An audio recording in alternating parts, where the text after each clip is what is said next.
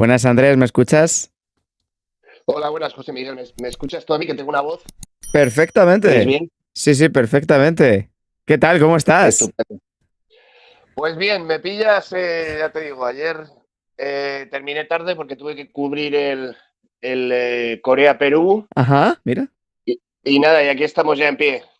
Qué fuerte. Buenos días, Seúl, ¿no? Podríamos decir ahora mismo porque allí son las 8, ¿no? De la mañana.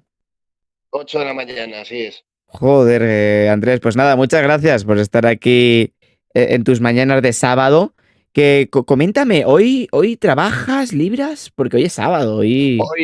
Hoy trabajo, sí. Ah, Hoy, aparte que tengo guardia, tengo que ajá. cubrir el evento de aniversario de BTS, que son los 10 años ¿Qué me de dices? BTS. ¿Qué me Sí, dices? ¿Qué sí. me dices? Pero BTS no estaba en un periodo de descanso, ¿no? Eso se leyó en los Están, medios. están. Lo que pasa es que, ya te digo, cumplen 10 años, entonces, bueno, igualmente lo celebran. Lo que pasa que solo viene el líder a un evento que hacen aquí en Seúl y tal, pero sí, las celebraciones igualmente Ah, las mantienen. sí, pensé que me estabas viendo, no me estabas viendo. Joder, pues No te tra- me has dejado impresionado, ¿no? De repente, vamos, eso tiene que ser una fiesta impresionante, ¿no? Pues ahora veremos, ya os contaré, no sé. De momento parece que han montado una buena, sí. Joder, pues mira, Andrés, antes de nada, bienvenido, como te digo, gracias por pasar esta madrugada Gracias a ti por española la invitación. y mañana surcoreana. Y el objetivo un poco es conocer tu historia, porque tú realmente, sí, ahora estás en Seúl, eres, me sale siempre embajador, y me ha quedado la palabra, corresponsal de la agencia EFE en Seúl, pero realmente ya llevas mucho en esa parte del sudeste asiático, también Japón desde el año 2011. Coméntame, primero, antes de nada, ¿qué te llamó de Asia? Porque al final llevas ya muchísimo tiempo trabajando allí. Sí, de hecho llegué en 2009. Ah, mira. Ajá. Eh, a ver, en realidad, quiero decir, el interés por el este de Asia lo había tenido siempre desde pequeño, ¿no? Era probablemente la región del mundo que más me llamaba. Y bueno, en una de estas, pues en uno de los viajes que hice en este caso por trabajo, conocí a una persona y, bueno, me acabé mudando, en este caso a Japón, porque esta persona vivía ahí y bueno, pues así empecé un poco obviamente había voluntad por mi parte por vivir y trabajar en esta parte del mundo, pero obviamente ayudado en este caso por el hecho de que conocí a alguien, pues me vine aquí en 2009 y estuve trabajando como colaborador para el país. Yo trabajaba para el Ah, país desde Madrid. sí. eh, y entonces les dije, bueno, oye, pues ¿qué os parece si ahora que me mude a Tokio no hay corresponsal en Japón? Pues trabajo para vosotros desde ahí, ¿no? Entonces estuve 2 años con ellos hasta que justo pues tuvo lugar el terremoto famoso y el accidente nuclear en Fukushima, y entonces ahí es cuando empecé a trabajar en la delegación de la agencia EFE en Tokio, donde estuve hasta 2000, pues hasta febrero de 2017. Y desde Y, entonces estoy aquí en Seúl. y ya de ahí te desplazaste a Corea del Sur. Claro, por lo que me dices, entiendo que ya desde pequeño tenías claro tema periodismo, en tu caso es vocacional, ¿o no? Bueno, el periodismo en mi caso fue una de estas cosas que más que nada me la encontré, por Ah, así decirlo. O sea, no me había dado, nunca me había planteado el ser periodista, es curioso. ah, mira. Pero siendo una persona que desde niño mis padres siguen comprando el periódico todos los días, entonces para mí, pues desde los 9, 10 años, empecé a leerlo todos los días. Me acuerdo que, claro, empezaba, cuando era más pequeño, leía sobre todo pues, la sección de deportes, que era lo más, ¿no? Claro. Lo Ujú. más entretenido por esa época y más o menos lo que entendía mejor, ¿no? Eh, Aunque ojeaba un poco el periódico, pues para ver si encontraba algo que me interesaba, pero entonces ya a partir de los 9 10 ya me he empezado a forzar a leerlo, digamos, de principio a fin. Obviamente, pues cuando tienes esa edad te vas saltando muchas cosas, ¿no? Porque no entiendes muchas cosas y como decía un profesor de fotografía, ves muchas corbatas, ¿no? Ajá, Cosa que vaya. sigue sucediendo en los periódicos. Ya, Pero bueno, un poco con esa dinámica de leer el periódico todos los días, escuchar la radio todos los días, porque era levantarme por la mañana y mi madre pues tenía puesta Radio 5 Todo Noticias. Luego iba al colegio que o bien me lleva mi padre o me lleva el padre un amigo, pues tenía lo mismo, tenían a Luis del Olmo, etcétera, etcétera, ¿no? claro. Al final te das cuenta de que has crecido. Cuando me llegó el momento de elegir una carrera universitaria, yo había ido pensando durante muchos años por publicidad y tal, pero cuando se acercó el momento me di cuenta de repente decir, oye, la verdad es que me he criado rodeado de medios de comunicación, soy una persona que le gusta consumir medios de comunicación y la verdad que luego en los ejercicios que a lo mejor teníamos que hacer en el colegio, etcétera, disfrutaba mucho, ¿no? Haciendo ejercicio periodístico, redacción periodística.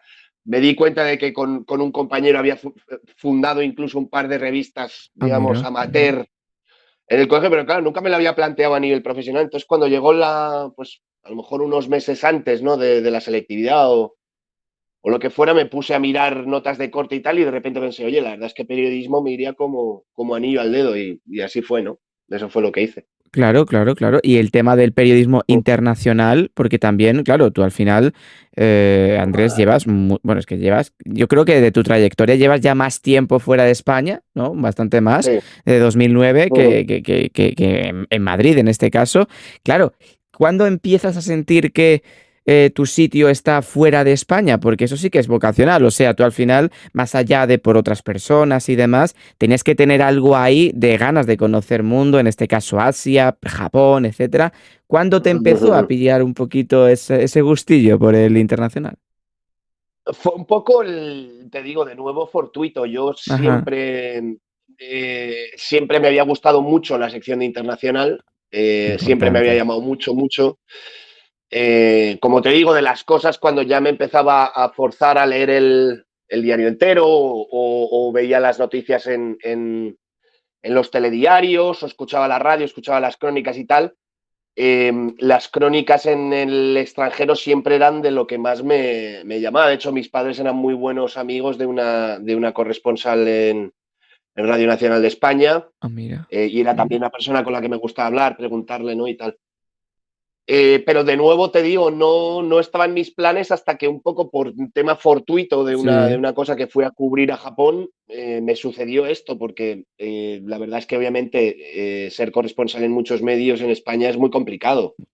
Tienes que trabajar en la sección desde abajo y luego tener la suerte y la voluntad también de que te manden, ¿no? En mi caso, ya te digo, no, yo no había de hecho trabajado en la sección internacional del periódico cuando estaba en el país, en ese momento estaba en suplementos, y entonces esto se me apareció un poco de manera fortuita, pero lo vi obviamente como una oportunidad de decir, bueno, como aunque sea como colaborador, la verdad es que sería una idea estupenda. Obviamente es arriesgado porque lo estás haciendo por tu cuenta, ujú.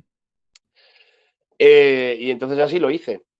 ¿Y qué te tocó cubrir? Porque me dijiste que te tocó cubrir algo en Japón, que no es lo más normal que te manden a cubrir que te tocó. Pues en este caso fue el estreno de una de las películas de Miyazaki Hayao, de Hayao Miyazaki, del, Ajá. del director de cine del estudio Ghibli. Y en este caso era Ponio sobre el acantilado, creo que se titula en español. Entonces, pues esta película se estrenó en Japón, creo que en 2008, y entonces ellos hicieron por así decirlo, un junket de prensa que se llama Ah, joder. para medios extranjeros. Entonces invitaron a varios medios extranjeros a Japón para entrevistar a Hayao Miyazaki, que ya de por sí es una persona que concede muy, muy escasas entrevistas. Entonces, ya te digo, pues, de por sí fue una oportunidad Ajá. rara y obviamente una experiencia irrepetible, porque ya te digo, yo creo que él no concede ya entrevistas, no recuerdo, a lo mejor en alguna televisión o algo, pero no es una oportunidad que la gente vaya a tener, sí, muy Claro, habitualmente. ¿quién te iba a decir en ese momento que esa cobertura iba a cambiar tu vida, ¿no? Porque entiendo que antes de esa cobertura, ¿qué, Efectivamente. qué plan tenías a nivel profesional? Porque tú estabas trabajando en Madrid con El País, ¿qué te llamaba en aquel momento? Pues hombre, por desgracia, mi plan profesional era, como estamos muchos, tirar para adelante. Ya. Quiero decir, estaba en ese momento con un contrato, pero no era indefinido. Yo estaba obviamente muy a gusto en el país. El país ha sido mi casa y mi escuela, porque yo soy Sí. aparte egresado de la Escuela de Periodismo del país también. Ajá. Y bueno, pues mi plan era un poco seguir tirando. Yo había sido muchos años colaborador en un momento en el que las cosas no estaban tan mal. Nunca han estado bien, Sí, no nos pero vamos que a es engañar, bueno, ¿no? sí estaba Pero mejor, sí. entonces, la verdad que el plan era un poco sobrevivir y, ya te digo, ir improvisando. Mi carrera ha sido un poco, como ves, en ese sentido, así, sí. Claro, ¿y cómo reaccionaron? Que también lo preguntaban por el chat, ¿cómo reaccionaron tus padres cuando les dijiste, oye, mira, nada, es que me ha surgido algo, me voy a ir a vivir a Japón? O sea, ¿ya tenían esa idea en la cabeza de que algún día podías abandonar España o...? Pues no lo sé, es curioso porque se lo dije, les llamé y les dije, oye, vamos a quedar a cenar en este restaurante que nos gusta tanto, que os tengo que comentar algo, ¿no? Entonces les di la noticia, obviamente les cambió la cara. Fue para ellos una mezcla de alegría y de supongo que un poco de orgullo y de tristeza, ¿no? Porque Claro, obviamente pues no es lo mismo cuando te vas a un país que te queda 2, 3, 4 horas en avión que a Japón, que en este caso pues durante tiempo no ha habido ni vuelos directos, ¿no? sí, sí. Eh, entonces, bueno, lo que pasa es que mi madre me dijo una cosa, mis padres los dos son latinoamericanos, no son nacidos en España, ellos han sido inmigrantes también. Entonces, claro, fue un poco, mi madre me dijo en ese momento, me dice, hombre, dice, siendo hijo de inmigrantes tampoco nos tendríamos que haber esperado un poco esto, ¿no? Tu padre y yo somos dos trotamundos, Ya. ellos han vivido también en varios países y me dice, bueno, pues supongo que será en parte responsabilidad nuestra porque alimentas esa inquietud, ¿no? Así que bueno, pues ya te digo, con cierta resignación los pobres, pero bueno, aquí seguimos. Claro, y llegas 2009, llegas allí a Japón. ¿Cómo fue esa adaptación? Porque entiendo que, claro, es una cultura completamente distinta a la que estabas acostumbrado. ¿Te costó en aquel momento? Porque, claro, esto es interesante porque no llegabas como ahora, por ejemplo, hay, no se llama Erasmus, pero bueno, no es un intercambio donde Sí, estudias y demás. No, ahí ya ibas a trabajar, o sea, ya era una mudanza, por así decirlo, en plan profesional. No solo tenías que adaptarte tu nivel de vida, sino una rutina de trabajo, que eso es doblemente más complicado. ¿Cómo sí, fue? además, en este caso, trabajando como colaborador, es decir, no Claro, tienes, no tienes apenas fijos. justo. Yo tuve que trabajar de muchas cosas, aparte de ser periodista ahí, porque Japón obviamente es un país con un nivel de vida muy alto, en unos alquileres estratosféricos, sobre todo si hablamos de Tokio. Ujú, Entonces, obviamente, aparte de ser periodista, hice de todo, desde ser actor en anuncios a ser camarero. Fui ujú. camarero durante muchos años.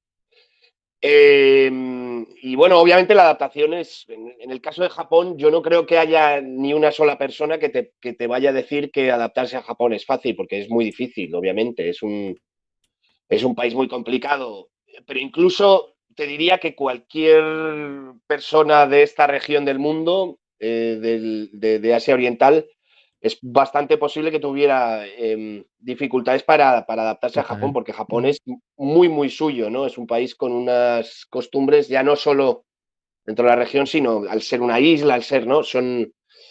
Es un país complicado y más en Tokio, donde ya te digo, es una ciudad muy grande, uno se puede sentir además muy solo porque es un país donde la gente además está acostumbrada a pasar mucho tiempo sola. Total. Ujú. Y al que no esté acostumbrado a eso, yo soy una persona, en mi caso, muy sociable y vengo de un país que generalmente se suele considerar muy sociable, entonces, Sí. pues obviamente la adaptación fue muy dura, sí, sí, obviamente, ¿no? Ujú. Mira, me ha gustado ese detalle que me has comentado antes, que creo que también puede ayudar como a conocerte un poco, ¿no? Y a ese background. Coméntame cómo eras cuando eras pequeño, cómo era el ambiente en tu familia cuando eras pequeño, cuando, pues, vamos, ni te podías imaginar que ibas a terminar viviendo en la parte del Ujú. sudeste asiático, porque me decías tus dos padres inmigrantes. Háblame acerca de eso, porque realmente ayuda a conocer a la persona y que a lo mejor Oye, te has sabido adaptar mejor por ese background que ya tenías de antes, ¿no? A lo mejor. Puede ser, lo que pasa que, bueno, en mi caso, mis padres emigraron desde Latinoamérica Ajá, a Europa, primero a Inglaterra, luego mi madre pasó una temporada en Francia, los dos luego estuvieron en Alemania. Ellos también, la verdad, probablemente en Alemania fue el lugar donde más les costó, obviamente, ya no solo por el tema del idioma y obviamente porque pues probablemente fue el lugar donde sintieron más ese choque cultural, ¿no? ya, ya, total. La verdad que no te sé decir si la experiencia de mis padres en realidad me fue útil o no, porque pues cuando yo hablaba de mis dificultades, mi padre me recordaba todo el rato lo mal que ellos lo habían pasado en Alemania, pero bueno, eso también, no sé si decirte, ya te digo, las circunstancias también eran diferentes. Mi padre sí vino con un contrato a Alemania, por ejemplo, yo no tenía un contrato, ¿no? Yo Ya. tenía que sacarme un poco las castañas del fuego en una situación un poquito más precaria, ¿no? Pero no lo sé, es posible que ayudara y no sé si ya te digo, el trasfondo de mis padres fue el... es posible que el trasfondo de mis padres me haya ayudado a dar ese salto, ¿no? Arriesgado, porque pues supongo que ellos siendo personas que conocían a gente de países muy diversos, de lugares muy diversos, me contaban historias de gente muy diferente. Entonces, obviamente, supongo que eso te va creando, ¿no? En la mente un poco la idea de. Sí, yo probablemente de pequeño sí tenía de repente la idea de, pues, anda que no molaría, ¿no? Claro. Vivir fuera o nunca se sabe dónde. Entonces, supongo que sí tenía eso un poco, esa idea en la cabeza. Si alguna vez se me presenta la oportunidad de vivir en un sitio en el extranjero y más si es un sitio interesante donde uno pueda contar historias. Contar historias es una cosa que siempre me ha gustado. Ujú. Importante. Y eso fue un poco también algo que me di cuenta cuando me topé con periodismo, me di cuenta de que ya no solo pues había fundado revistas con, ya te digo, con este amigo, siempre pues, había rodado cortos cutres con amigos, es decir, el tema de contar historias, me juntaba con un amigo con el que nos gustaba mucho escribir y escribíamos cuentos, ¿no? Entonces, ya te digo, con un poco con esos ingredientes, pues pasa lo que pasa, ¿no? Te Justo. diría. Justo. ¿Y qué querías ser de mayor? Eh, iba oscilando, ¿no? De repente me daba por querer ser actor. Es verdad que también, ya te digo, como contador de historias, que me gustaba mucho, siempre en las funciones del colegio intentaba tener un papel o eh, pues me dio de repente una época por querer ser actor. Otra, ya te digo, también me interesó mucho la publicidad, que es otra pata de la comunicación, y por ahí un poco iba, oscilando hasta que ya te digo, de repente vi periodismo y la verdad es que lo pensé y dije, oye, esto es mucho mejor que las otras opciones que estaba barajando, ¿no? Además cuentas Así historias que, también. Claro, también es otra forma de contar claro, historias. obviamente, y qué mejor forma de contar historias, sí, sí. Que historias reales, ¿no? A los que les puedes aportar como tu visión periodística. Antes decías que a la gente le gusta el detalle de lo de... fuiste actor de anuncios en Japón. Llegaste a aparecer anuncios y demás. Cuéntame eso porque desde aquí me resulta como mucho choque cultural para los japoneses, ¿no? Que a lo mejor un europeo, no sé si eso es normal o no. A ver, sí, cuando yo llegué a Japón, obviamente, como tú bien has planteado, Sí, no era el Japón que a lo mejor uno se encuentra ahora. oí, Es claro. verdad que el número extranjero sigue siendo muy escaso, pero es verdad que, por ejemplo, en el sentido con respecto a España, pues tienes la rama de estudios que se llama Estudios de Asia Oriental, EAO. Ajá, ujú. Apenas creo que en el caso de la Autónoma de Madrid, creo que apenas había empezado cuando yo me mudé. Ahora, pues de repente te encuentras estudiantes que o bien han estudiado japonés o historia de Japón o no, han podido estudiar en Japón. Cuando yo fui había estudiantes de intercambio, pero había muy poquitos. Y bueno, entonces en países como Japón, etcétera, donde obviamente pues a lo mejor el número de población pues ya sea o bien negra o bien caucásica o bien, ¿no? Sí, sí, sí. Es escasa. Entonces, claro, pues industrias como la publicidad, etcétera, tratan de buscar donde no hay. A lo mejor tampoco quieren contratar a un modelo, obviamente, profesional, no se lo pueden permitir. Entonces, pues obviamente no te voy a decir que participe en campañas, muchas cosas fueran hechas para internet y tal, y probablemente lo más así que hice fue para una campaña que hicieron una cadena de bisutería internacional que nos contrató a mí y a otro español, de hecho, Ah, mira. que él estaba ahí también estudiando y nos contrataron un poco para hacer un papel, una campaña viral, como pues nos rodaban en plan un poco guerrilla, luego se hacían spots, se hacían campañas en texto, etcétera, ¿no? Pero bueno, es habitual. Yo tengo muchos conocidos y amigos en Japón que han tenido que recurrir a, ya te digo, suena más glamuroso de lo que en realidad es, porque es una cuestión, mera cuestión económica. Entonces, obviamente, mucha gente dice, hombre, me lo puedo pasar bien, está bien porque se pagan muy bien esas horas, y recurres a esto, ya te digo, porque hay mucha gente y la sigue habiendo tanto en Japón como en Corea que está pues trabajando en la industria de servicios, etcétera. Justo. Ujú. Y entonces oportunidades como esta pues no las dejas pasar, ¿no? Cuando tienes tiempo y un día libre o lo que sea y te dicen, oye, te vamos a pagar tanto por hora, pues vas para allá corriendo, sí, sí. Justo, mira, hablar de Corea ahora transitaremos porque realmente tu vida Ujú. está focalizada, ¿no? Ahora en esa parte del mundo, pero ya con lo que me cuentas, yo veo que tú tienes que escribir un libro en algún momento. Porque, no en el futuro, oh, joder, a ver, no es lo más común, anuncios en Japón, Corea del Sur, o sea, un buen libro te puedes hacer en algún momento, ¿no? Supongo que sí, supongo que sí. La Ya, gente me lo ha dicho, pero soy poco dado a escribir en primera persona. Eso sí, ya, ya. es un tema que ya además como periodista desde el principio siempre me gustó mucho parapetarme detrás de las historias Sí, de los sí, demás es y verdad. no disfruto mucho, la verdad, hablando de mí mismo. Eso es verdad. Pero bueno, quién sabe, algún día tal vez pierda la timidez y decida dar el salto. Pero de momento no es algo que contemple. Unas memorias, más que un libro, unas memorias podrías hacer, que Es, es posible, es eso posible. estaría muy interesante. Mira, coméntame acerca del idioma, que también te lo habrán preguntado en muchas ocasiones. Y ahora transitamos con esa parte de Corea del Sur, pero eh, Mm. cultura, no voy a decir complicada, muy diferente a la mediterránea, a la que estabas acostumbrado, pero te hiciste. ¿Pero el idioma? ¿Que el idioma es una parte heavy? ¿Cómo Sí, te...? el idioma es, bueno, ya te digo, son idiomas complicados que requieren muchísimas horas de estudio. Yo venía además en Japón con poquito japonés, algo Claro, hablaba, pero había estudiado un poco por mi cuenta y tal. Pero, quiero decir, entre lo que había estudiado y nada, aparentemente no había diferencia, con lo claro, cual, pues, un ostión, pero sí, sí. bueno, en el caso del japonés, pues obviamente requirieron muchas horas de academia, de estudiar, de tal, y de compaginarlo además con trabajar, ¿no? Que es lo que le suele pasar a la gente que va a Ujú. Japón y que está ahí ahora mismo.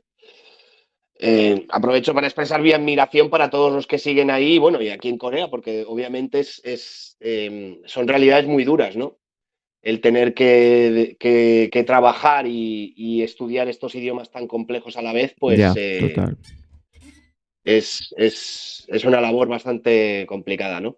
Entonces, bueno, el japonés lo acabé hablando bastante bien, incluso a nivel laboral, había bastantes cosas que podía hacer sin requerir de interpretación.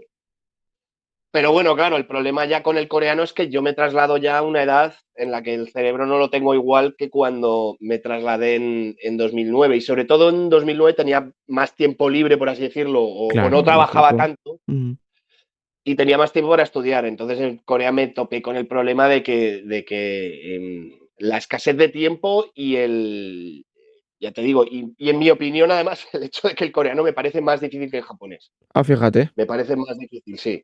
Pero eso es un tema personal. Es posible que haya gente que no le parezca, pero sí, y bueno, pues hablo lo que puedo. No es, ya te digo, el coreano por desgracia no lo hablo muy bien y no lo hablo al nivel que hablaba el japonés, ¿no?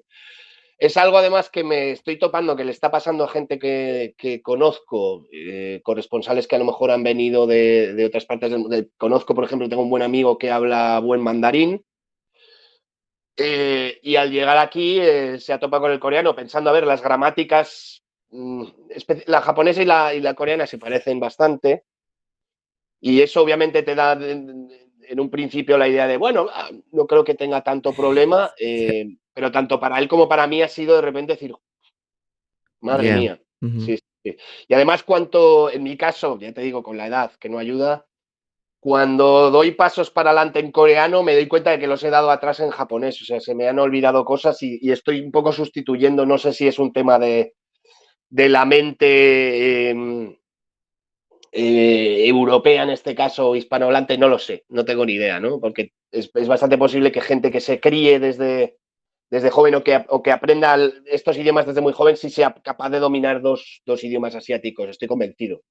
Pero para gente como yo que lo hace ya a ciertas edades es muy complicado, desde luego. Claro, lógicamente sumado a lo que es tu profesión, que luego te hablaremos acerca de ello, de tu labor como corresponsal, que no solo es aprender el idioma, la cultura, también trabajas. Digo que en la cabeza hay mucho, es lo más importante. Pero mira, Y, hablabas del coreano y a modo de curiosidad, esta semana en Madrid fue noticia, que lo habrás leído a lo mejor, que la chica que sacó la nota más alta en selectividad en Madrid era iPad, coreana. sí, Era sí, coreana, sí. y va a estudiar en la Carlos III, Ciencias Políticas Una y chica de demás. Collado Villalba, sí, sí. Efectivamente, y la noticia decía que hace 10 años no sabía nada, cero, y que sus padres también, creo que su madre era coreana, y bueno, y Sí, que los dos emigraron son aquí. coreanos. Fíjate, ¿eh? Qué cosas. Es encomiable lo de esta chica, obviamente, no saber una palabra y imagínate, ahora es la nota más alta de selectividad, ni más ni menos. Mi enhorabuena para ella. Pero claro, mucha gente te dirá que a esas edades yo conozco casos muy particulares, obviamente, pero de gente que sí, que se ha mudado con incluso mayores que eso. De hecho, tengo amigos coreanos Ajá. que se han mudado a otros países, pues a lo mejor a los 12 13 años, y su nivel, en este caso de inglés, era muy escasito y ahora casi, no sé si decirte si hablan, cuál de los dos idiomas hablan mejor, ¿no? El cerebro también a esas edades es una esponja Sí. y la verdad, ya te digo, es una pena no ser, en mi caso, no ser más joven para Bueno, absorber más cosas más... Pero ya te digo, la edad y el cerebro parece ser que son limitados, así que... digamos que va evolucionando, pero claro, y falta la clave, ¿no? ¿Por qué te desplazaste de Japón a Corea? O sea, ¿qué motivó ese cambio? ¿Fue una cuestión laboral? O... Sí, en este caso, mi otra gran fascinación, bueno, ya te digo, mis tres grandes fascinaciones, a mí me gusta, siempre me interesó mucho, mucho, mucho. Si me tuvieras que haber preguntado en esas edades, Ajá, cuando era niño, por la región del mundo que más me interesaba, habría dicho el noreste de Asia, ¿no? ajá, ajá.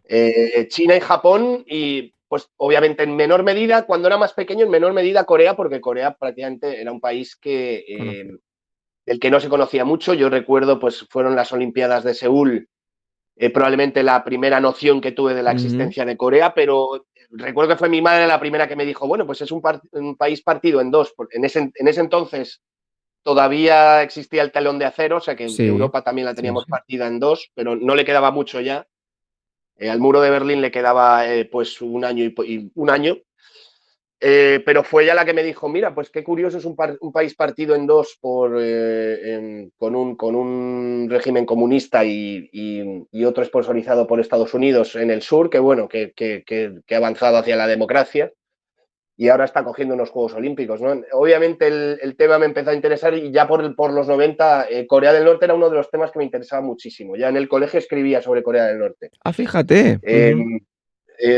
Creo que fue con 13 años, sí, debía ser el año 93. Decidí escribir sobre, en ese entonces, Kim Jong-un ya, o sea, Kim Il-sung, perdón, Kim estaba Il-sung. vivo, pero era Kim Jong-il el que llevaba la voz cantante y Corea había anunciado que se salía del Tratado de No Proliferación, ¿no? Ujú. Entonces, el gobierno Clinton en ese entonces estaba pues con todo el tema de negociaciones y lograron que se quedara una década más finalmente, pero ya recuerdo haber escrito de eso en el colegio, ¿no? En la clase de lengua castellana nos decían, bueno, pues tenéis que reelaborar, eran 2 o 3 artículos que encontráramos o algo así, reelaborarlo en uno, ¿no? Entonces recuerdo decir, Era una historia minoritaria, obviamente, en la sección de internacional. Estamos hablando de que a lo mejor agarré un breve, ¿no? Lo que se llamaba un breve por Sí, ese entonces. Y a lo mejor una pieza un poco más amplia y de ahí hice eso. Pero esa también es una cosa que me llamó siempre la atención, ¿no? En la era en la que no existía Internet, la única información que nos llegaban de sitios tan lejanos como esos, pues era a través del periódico y era a través a lo mejor de un breve, ¿no? Que estamos total. hablando de un Ujú. parrafito. Sí.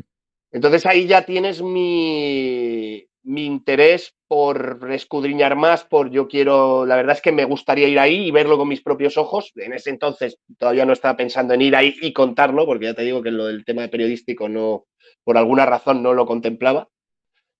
Y obviamente ese interés fue creciendo, eh, sobre todo por el hecho de que sea un país dividido, ¿no? Y ahora mismo pues no hay ningún ejemplo así en el mundo, ¿no? Y de otro, a su vez, de un país en el sur que ha crecido económicamente tan rápido. Tampoco Sí, tenemos un sí. ejemplo en el mundo No. de ninguna nación que haya experimentado ese salto, ¿no?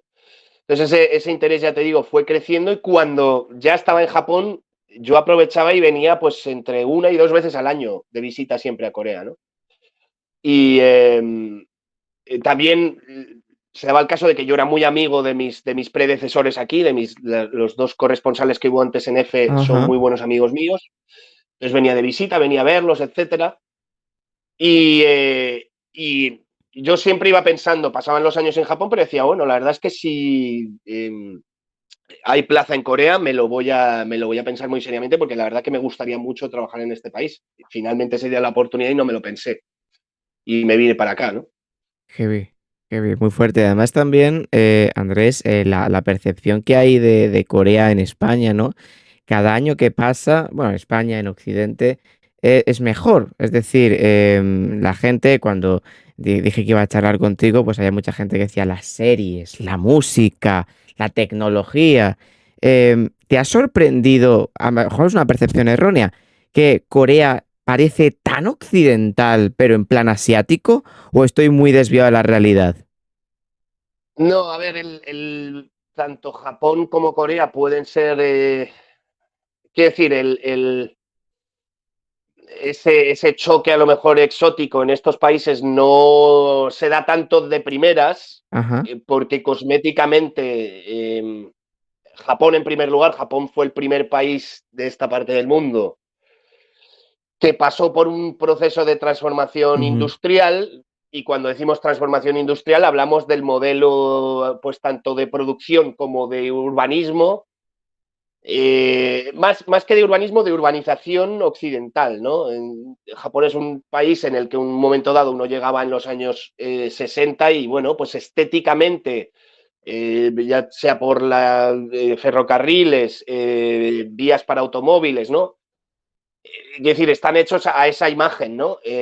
Y Corea, obviamente, cuando termina la guerra de Corea, poco a poco, de manera muy lenta, Sí, también va siguiendo ese proceso de transformación a imagen en la medida de lo posible de las ciudades occidentales industrializadas, ¿no? total. Ujú. Entonces, bueno, cuando uno llega aquí, cosméticamente no es que sea un choque brutal. Sí es verdad que los dos países tienen su idiosincrasia, por así decirlo, una manera de construir, una manera de organizar muy particular que no se parece a la nuestra, aunque ya te digo, de primera vista puede parecer más occidental.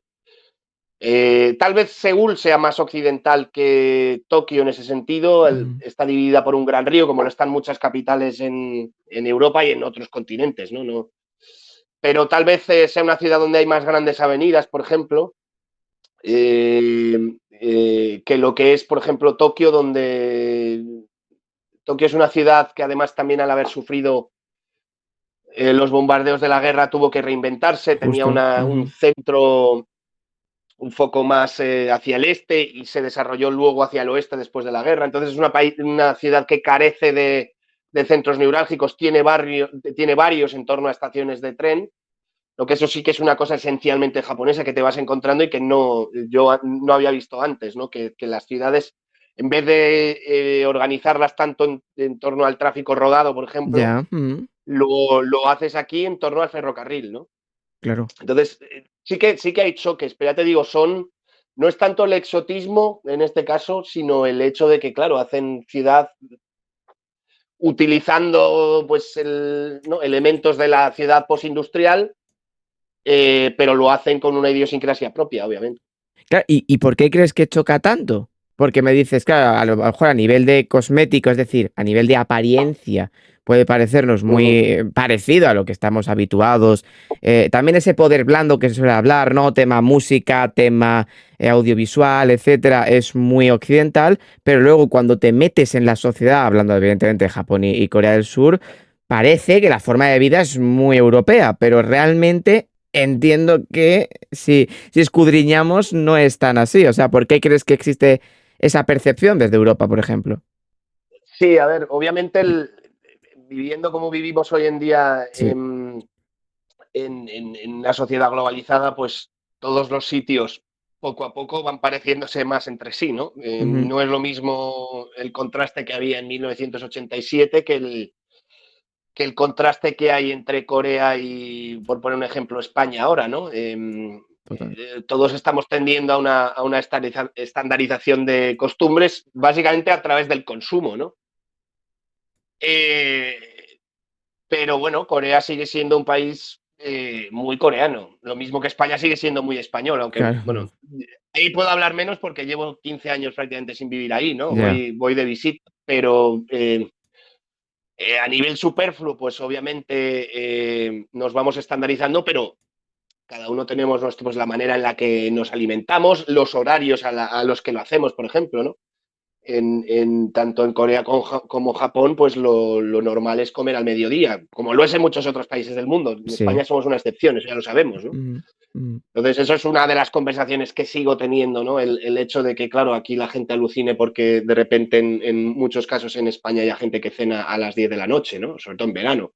Justo. Eh, pero bueno, ya te digo, son choques que a lo mejor de inicio te pueden llamar la atención, pero no tanto ya una vez que pasa el tiempo, obviamente. Y en cuanto al poder blando, obviamente ha cambiado mucho Corea. La Corea que yo conocí cuando vine la primera vez no se parece mucho a esta.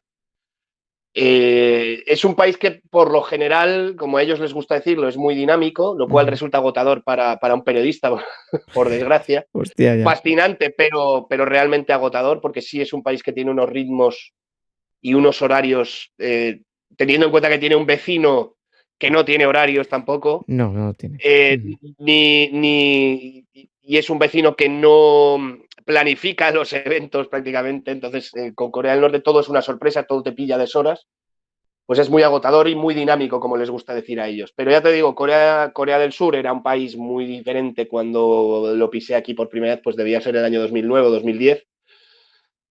Es verdad que el K-pop, la llamada ola Hallyu, ya existía, porque Ujú. data de principios de los 2000, pero era una ola que había afectado sobre todo a nivel regional. Era una cosa que cuando ibas a China o cuando estabas en Japón o ibas a Tailandia, sí lo veías, ¿no? Que Corea del Sur tenía esa influencia y que los idols, que los actores, etcétera, tenían su pujanza ahí, que poco a poco la comida coreana se estaba volviendo una cosa de moda, ¿no?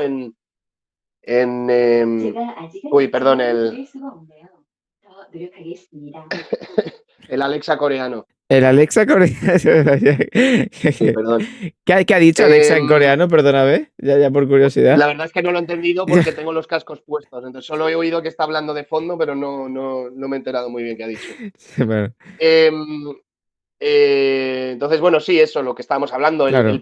llamado poder blando coreano, Corea del Sur ha dado un salto cualitativo a una velocidad que ya te digo, pasó de ser un país, pues si nos centramos a finales de los 90, que apenas llevaba una década en democracia, que además estaba sacudiendo todavía los cimientos de una dictadura muy pesada, tenía unos problemas de corrupción, tuvo la crisis de deuda con el Fondo Monetario Ujú. Internacional, bueno, pero de ahí pasa, pues organiza un Mundial de Fútbol y en cuestión de una década de Es repente verdad. lo tienes posicionado pues si estamos hablando eso de la diferencia en esa década entre el Mundial de Fútbol, que es en 2002, y 2012, en 2012 Corea ya es un país que ya está exportando, Ujú. ya por entonces, quiero decir, era un país donde mucha gente no lo recuerda, pero yo en España en los 2000 veía mucho cine coreano. Es verdad que mucho lo tenía que ver todavía pirateado, pero mucho llegaba a Ya, salas sí, y teníamos total. ya nombres como Park Chan-wook o Bong Joon-ho Kim Ji-woon, toda esta gente, ¿no? Que estrenaba películas en salas en España. Eh, Había restaurantes coreanos en Madrid. Es posible que no tantos como hay ahora. No lo sé porque obviamente cuando voy a Madrid no se me ocurre ir a un restaurante coreano, ¿no? Pero, pero claro, en esa década que vemos, en 2012 Samsung ya estaba fabricando los primeros Galaxy, por ejemplo. O sea, Ajá, estaba ujú. intentando ya competir poniéndose prácticamente al nivel de Apple, ¿no? Con los iPhone, por ejemplo, fabricando ya semiconductores a gran escala. O sea, era un país que prácticamente en muy poco tiempo había dado un salto tremendo, ¿no? Mira, fíjate, eso es muy interesante eso que comentas, porque es verdad que realmente con justo tu trayectoria en esa parte de Asia te ha pillado como en un cambio importante y en muchos eventos extremadamente claves, ¿no? En Japón, ni qué decir tiene, ¿no? Pasó lo que pasó con aquel terremoto, después tsunami, que cambió buena parte de la información también a nivel internacional, porque también llegaban las redes sociales y tal. Después en Corea del Sur has vivido, ¿no? Esa última parte desde Parásitos, incluso que llega a ganar un Oscar, que ahí ya es cuando la gente empieza a decir, cuidado, y ahora en España las series coreanas, te digo, es lo que más audiencia tiene, hasta el punto de que en la televisión lineal hay series coreanas, etcétera. Uh -huh. Pero te quería preguntar, porque yo recuerdo que, bueno, otra serie muy famosa, Los Juegos del Calamar, ¿no? Es la serie más vista en la historia de Netflix y demás. Y aquí en España se hicieron muchos podcasts relacionando la serie con la cultura coreana y hablaban con expertos y gente y demás. Y decían, esta serie es interesante porque sí, es muy comercial y tiene toques muy europeos, que es un poco lo que tú me has comentado. A nivel de cosmética es muy europea, personajes con los que Uh puedes -huh. empatizar, personajes pop y demás, pero a la vez refleja temas sociales graves, temas de familias, temas de dinero, etcétera.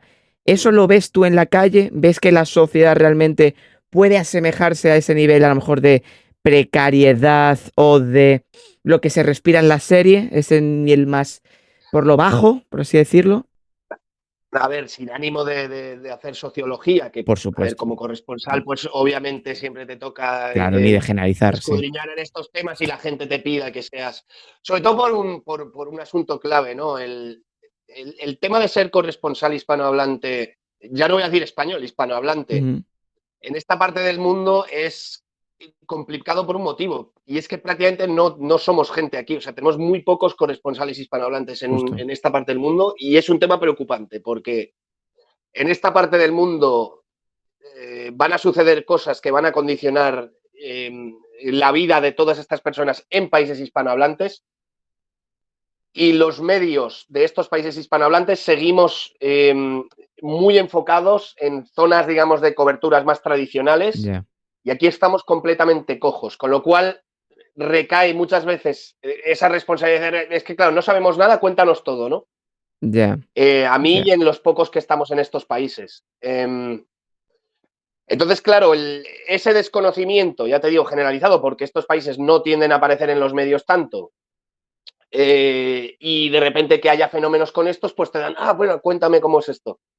Pues obviamente Corea sí es un país muy competitivo, ferozmente competitivo, eso tengo que admitirlo, pero de ahí a decir que, bueno, que como se ha hecho en ciertos programas que se han grabado aquí, ilustrarlo como una suerte de infierno sobre la tierra, no creo que sea así. A mí los coreanos, obviamente, con sus problemas y sus cuitas, que ya te digo, hay sobre todo mucha presión cuando uno es joven. El ser joven, tanto en China como en Japón, creo que sucede lo mismo, en Taiwán. ujú, La presión académica es muy dura, y ahora mismo si me planteas si me gustaría nacer de nuevo en alguno de estos países, no sabría qué decirte. ya. Eso es verdad. pero de ahí a decir que es un infierno sobre la tierra, yo considero que los coreanos son personas que desde luego saben disfrutar mucho de la vida. Ujú. Y les veo por la calle y no me parece que sean seres, ¿no? Entristecidos o obsesionados por la cirugía estética. Es verdad que es un país donde la imagen pesa mucho, Ujú. a los coreanos les importa mucho la imagen, pero es decir, de ahí a decir que todo el mundo está obsesionado y quiere operarse o quiere, no, pues obviamente no. El juego del calamar cuenta cosas que son, sí, que me gustaría pensar que son ciertas. La competitividad creo que es innegable y eso es un tema, ¿no? En la serie que se ve, que es básicamente un grupo de gente compitiendo por un premio en metálico para solventar un montón de problemas que tienen Exacto, a nivel deudas. personal. Ujú. Y eso, ahí sí que podemos hablar de un tema de que obviamente en números existe, que es el endeudamiento de los hogares en Corea, que es tremendo. Ujú. Eso sí es innegable. Esa presión, yo tengo gente muy cercana, coreana, que tienen volúmenes de deuda muy importantes. Y lo han hecho prácticamente sin cuestionar el hecho de por qué, ¿no? Por qué están préstamo sobre préstamo. Es un tema casi de inercia cultural para ellos, en ese Ujú. sentido. Sí es verdad que eh, pues amigos que tengo que sus padres les han inculcado incluso esa idea, ¿no? De, pues bueno, pide dinero, pide dinero, pide dinero. Y también con unos afanes, pues por ejemplo, de cambiar de coche cada muy poco tiempo, Ajá. cambiar de terminal de teléfono cada poco tiempo, y estamos hablando pues de teléfonos que son muy caros, etcétera, ¿no? Es Ujú. verdad que se da mucho eso. Luego hay obviamente gente a la que no le interesa y vive con un móvil de gama media y no tiene coche y no está preocupada por a lo mejor pagar una hipoteca en un gran edificio en Seúl, ¿no? Hay de todo en la viña del Señor, como dicen. Eso es muy interesante. Ahora te preguntaré por tu trabajo periodístico para, porque claro, ya me has dicho que sois pocos y que entiendo que te caerán muchos marrones en el sentido de decir, explícanos todo lo que sucede. Pero aquí siempre mencionamos, a veces ha salido en alguna charla, y siempre me invento su nombre. Hay un filósofo surcoreano que yo lo he tenido que estudiar muchas veces. ¿Cuál es? El más Eh, mainstream. el que vive en Alemania, Sí, Byung-Chul Han. sí, que yo lo llamo Haminchun, bueno, sí. Que él habla como de esa sociedad, digamos, hecha para trabajar, que tiene, digamos que es como esa filosofía del siglo XXI, por así decirlo, ¿no? De esa sociedad industrial, etcétera, que en algunas partes es un poco pesimista. O digamos como que naces para trabajar, ese trabajo en cadena. Claro, por lo que me has dicho, a lo mejor la parte de su filosofía encaja con el estilo cultural que se vive en ese país, es decir, pueden disfrutar mucho la vida, tienen su tiempo de ocio, pero interpreto que cuestiones como la salud mental, ni tocarla, ¿no? Digamos que es como muy una cadena fordista, para que nos entendamos, ¿no? Que tiene esa mentalidad de trabajo, dinero, objetivos, logros, más logros, y seguir ascendiendo en la cadena, ¿no? Ah, A ver, bueno, este señor que creo que es Han Byung-chol, creo que es. sí, Es que claro, como vive en Alemania y se pone el apellido al revés, pero si no me equivoco se dice así en coreano. sí. Pero este señor lleva muchos años viviendo en Alemania y escribe además filosofía en alemán. Es decir, Ujú. no habría que tomarlo como una referencia del pensamiento coreano Vale, porque este señor se ha importante. educado y es verdad que tiene una perspectiva muy enriquecedora, pero es curioso cuando he leído sus enfoques, sobre todo durante la pandemia y su Sí, análisis sí, sí, sí. de lo que se hizo aquí como respuesta a la pandemia, me pareció más la visión de un extranjero que de un coreano, es curioso. Ah, fíjate. Ujú. Eh, pero dicho eso, bueno, obviamente en esta parte del mundo, como debió suceder en su momento en Occidente, cuando las sociedades se transforman, pasan de sociedades pues, más agrícolas y de modelos más anclados en lo feudal a sociedades postindustriales, todo ese proceso que hemos visto en Europa acarrea una serie pues, vamos a llamarlo, avances sociales. En Claro. nuestro caso y desde nuestra perspectiva, que Ujú. pueden ser desde la luchas como por ejemplo el feminismo, o la lucha obrera, o incluso la reivindicación del bienestar emocional. Ajá. Esos son procesos por los que países como Corea o Japón, que simplemente dan un salto sin otros procesos mediante, que es absorber lo técnico de la vida industrial, manteniendo, por así decirlo, obviamente, sus culturas ¿no? y su espíritu. Eso obviamente depara siempre podemos llamarlo un choque violento Ujú, en cualquier sociedad, una sociedad que absorbe eso, pero no. Yo siempre ponía de ejemplo un poco lo que debió ser el Japón Meiji. ujú. El Japón Meiji de finales del siglo XIX, ¿no? Se pasa prácticamente de golpe el gobierno de los tecnócratas, toma el poder, se acaba el gobierno de los shogunes militares y se decide que se va a absorber digamos, una manera de hacer occidental a escala productiva. Entonces, en una sociedad, por ejemplo, como la japonesa, donde el contacto físico, tocar, ¿no? Sobre todo a personas que no conoces Justo. o que no, pues obviamente es un tema, ¿no? Que ellos siempre han tratado de poner distancia, porque es una sociedad que además funcionaba en espacios de tierra arable muy escasos. Japón, básicamente, igual que Corea, es prácticamente todo montaña, entonces hay muy poca superficie donde puedas vivir y cultivar. Tienes que vivir en armonía. Pasar de ahí de repente al día de mañana decirles, bueno, ahora te vas a vestir con chaqueta y corbata, Ya, porque ya, prácticamente se hizo claro. así en el Japón Meiji, Sí, sí, sí, fue y te muy... vas a subir en esta cosa que se llama ferrocarril, donde sobre todo a determinadas horas vas a estar apretado como una lata de sardinas. Claro, imagínate de repente pasar Ya.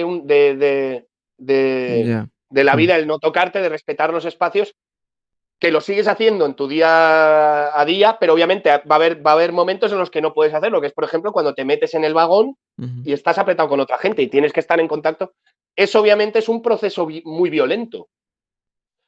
Y eso obviamente, eh, pues ya te digo, no has situado, como es lógico, no tienes la salud mental entre tus prioridades porque no la has tenido en tu anterior modelo de sociedad, como no lo tenía Europa antiguamente cuando era una sociedad eminentemente agrícola. Entonces son Totalmente. procesos que simplemente tarde o temprano llevan tiempo. Ujú. Las generaciones más jóvenes en estos países obviamente van haciendo cada vez más reivindicaciones sobre la importancia de su salud mental.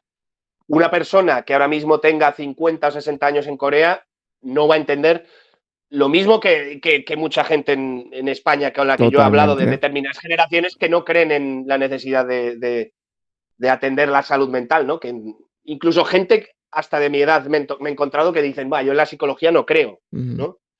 Son, ya te digo. Entonces, bueno, aquí en general, obviamente la salud mental en estos países no es desde luego una prioridad, pero lo acabará siendo, Total, sí, como en todos lados. es justo lo que dices, ¿no? Que a lo mejor en esos cambios violentos, digamos, de etapas, te quedas con la forma, pero no con el contenido. O sea, te quedas con el traje, pero no con la forma de actuar con ese traje. Obviamente, Y por eso claro, claro. cuesta décadas incluso que se pueda, ¿no? Llegar a un punto donde se avance en ese aspecto. Pero háblame de tu trabajo. O sea, tú, a lo largo de una semana normal, ¿cómo es tu rutina? Porque, claro, la posición de un corresponsal en Corea. Entiendo que estarás cansado y a la vez preocupado de que la mayoría de medios, bueno, en este caso hablamos de EFE, pero EFE surte a todos los medios en español.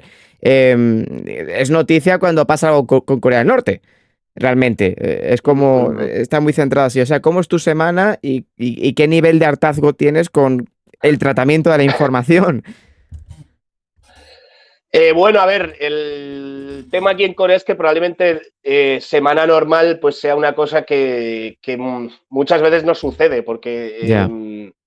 teniendo sobre todo a Corea del Norte como vecino, semana normal es algo raro, Ujú, porque ya te digo, pues es un país que lo mismo lanza misiles a deshoras, que hace anuncios.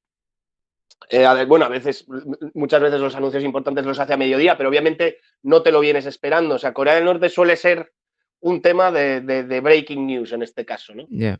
Entonces, mi semana, pues normalmente trato de planearla dentro de lo que sepa de actualidad informativa, que suele ser surcoreana, obviamente, donde ahí sí se planifican y se van anunciando cosas, pero lo normal es que la semana acabe de manera muy distinta a como pensé que Ya, iba a transcurrir, básicamente por el tema de Corea del Norte y muchas veces por Corea del Sur, ojo, porque Corea del Sur también es un país con unos ritmos muy intensos.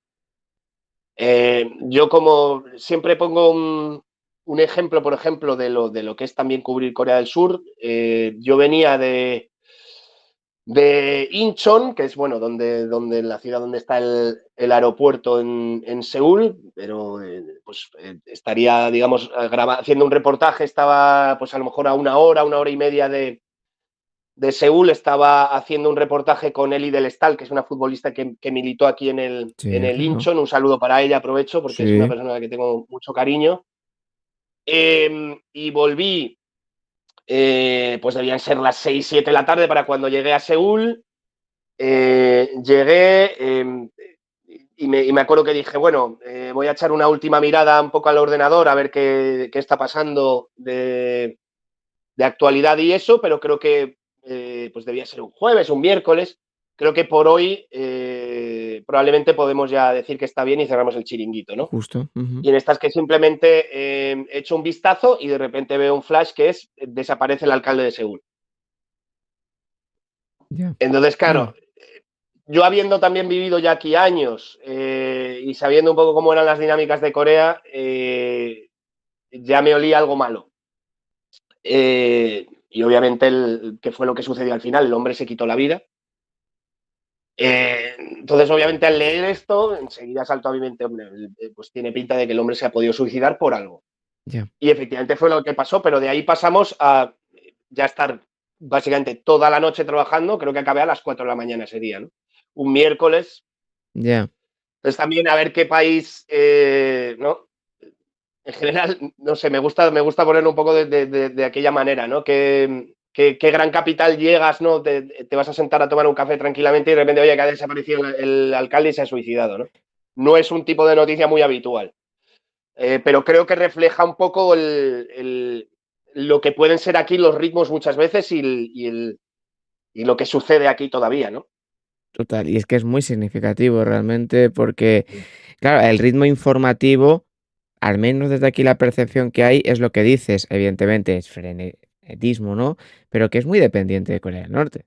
Porque al final, mira, yo Eh, hace un año hablaba con Hermosín, que está en mm, Japón, y le queda un poco más lejos, y me decía, bueno, aquí de repente llegan las sirenas y todo el mundo empieza a movilizarse, digamos, porque dice que le pasó una vez, que tuvo que ir rápidamente a la oficina, escribir no sé qué. Claro, eso a vosotros pasará bastante más a menudo, porque, joder, estáis al lado. O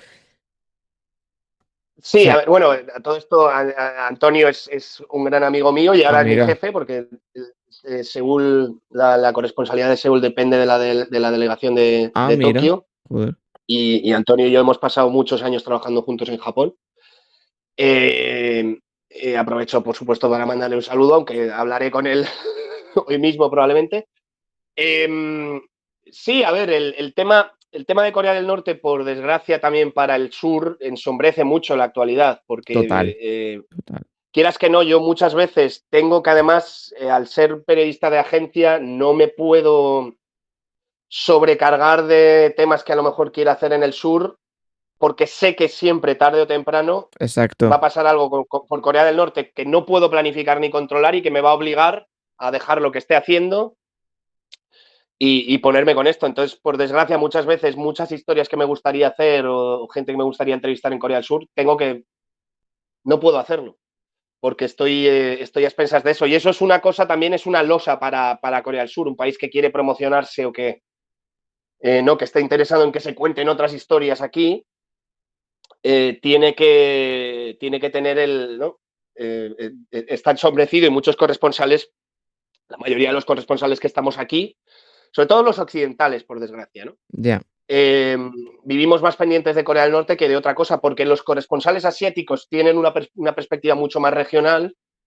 Y entonces, pues, por ejemplo, mi colega taiwanés hace mucha más actualidad surcoreana que yo, porque obviamente en su país interesa mucho lo que esté pasando a Claro, muchos niveles claro, en Corea del claro, Sur, lo mismo que en España, pues por ejemplo, te interesa mucho lo que está pasando en Francia, en Italia o en Portugal, ¿no?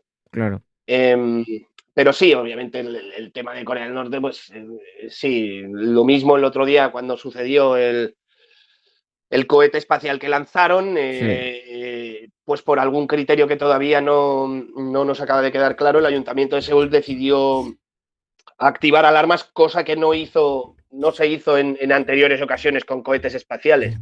Pero bueno, mira, a mí me sirvió, yo ya tenía la mosca detrás de la oreja porque se había abierto la ventana de lanzamiento que ellos habían dado Ujú. a la Organización Marítima Internacional, entonces cuando me sonó el móvil y las alarmas en las calles, es decir, los altavoces empezaron a radiar, esto es un mensaje de emergencia, prepárense para la evacuación, den prioridad a mujeres, niños y personas con problemas de salud, etcétera. Obviamente ya te despiertas y ya dije, ya está, tiene que ser el cohete, y obviamente lo era. Pero bueno, ya también tienes ese reflejo cuando estás aquí, porque Corea del Norte tiene esos horarios. Claro, y mira, hay gente que lo pregunta por el chat y yo también me hago esa pregunta. ¿Ya se ha normalizado? ¿Hay miedo, hay temor? Porque, Andrés, esta cantinela, ¿no? Lleva ya muchos años y parece como algo ya normal, de que de repente lo decís en el móvil, etcétera, pero que a lo mejor me equivoco, pero que no existe como la percepción de que vaya a suceder algo, porque se sabe que si sucede algo, ya se lía la mundial, nunca mejor dicho. O sea, ¿cómo es el pensamiento allí? ¿Ya es una cuestión rutinaria o realmente hay gente que dice, oye, que a cualquier día no es simulacro, no es un tiro de fogueo, por así decirlo, es algo serio? O sea, ¿existe esa mentalidad de que alguna vez puede ser algo serio? ¿Realmente? Pues es un tema muy interesante este, porque obviamente cuando vives aquí, lo digo por los coreanos, no Claro, por mí, porque yo llevo aquí 6 años, ¿no? claro, lógico. Ellos que han crecido con esto, es verdad que Corea del Norte no solía lanzar misiles sistemáticamente No. en los 2000, lo empezó a hacer ya más habitual en la última década, pero Sí, sí que es un país donde la gente ha crecido. Este es un país que sigue en guerra con su vecino, no lo olvidemos. total. Sí. Entonces, en ciertas dinámicas ellos ya han crecido con eso y están acostumbrados a eso, pero por otra parte se crea también el reflejo, un reflejo muy peligroso, no recuerdo cómo lo llaman los psicólogos. Se estudió, por ejemplo, en casos como el terremoto de 2011 en Japón, Ajá, cuando es un poco como Pedro y el lobo. ya. Cuando vives acostumbrado a que salten las alarmas, pero no pasa nada al final, o es un status quo donde estás en guerra, pero obviamente no hay.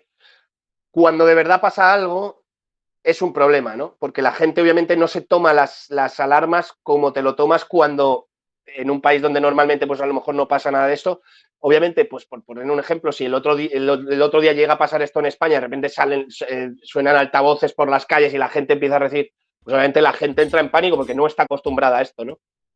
Aquí en Corea no hubo pánico, me gustaría decir que no hubo pánico con la gente con la que hablé, hubo diría inquietud o sobre todo sorpresa porque no se esperaban el mensaje. La gente dijo, porque claro, encima el mensaje lo mandaron sin especificar cuál era el problema, ¿no? Ya. ¿Por qué estaban mandando este mensaje? Entonces la gente se quedó.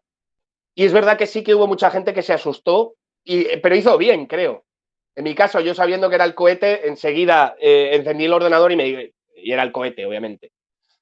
Y conociendo la trayectoria a la que lo iban a lanzar y todo, pues obviamente no, yo en mi caso dije, no entiendo muy bien por qué han activado esta alerta. Pero sí hubo gente que se asustó y probablemente eso es lo que habría que hacer, porque, es decir, tanto va el cántaro a la fuente y el tema es que esta parte del mundo, no solo Corea del Norte, como estamos viendo, el Taiwán. estrecho de Taiwán, el mar del sur de China, Ya. son zonas muy calientes donde ahora mismo hay una escalada armamentística importante en la región. Asia es ya, con diferencia, Asia Oriental es la parte del mundo que más invierte en armamento. Entonces, obviamente, nada bueno ha salido nunca de tensiones de este tipo. Es verdad que pensar que de repente, si Corea del Norte por cualquier cosa se le ocurre bombardear Seúl, desde luego es algo muy poco probable, ¿no? Porque, como has dicho, es básicamente abrir la puerta a un conflicto a gran escala. Claro, y también la propia desaparición de Corea del Norte. Estamos hablando de que es un poco Ellos muerte. se arriesgan obviamente a recibir una contraofensiva que sí, que probablemente... Y Claro. luego siempre está pues la sombra del uso de armas atómicas, ¿no? Claro, pero es que es eso, ¿no? Que al final, y tú lo decías antes con la gente que trabajáis allí, ¿no?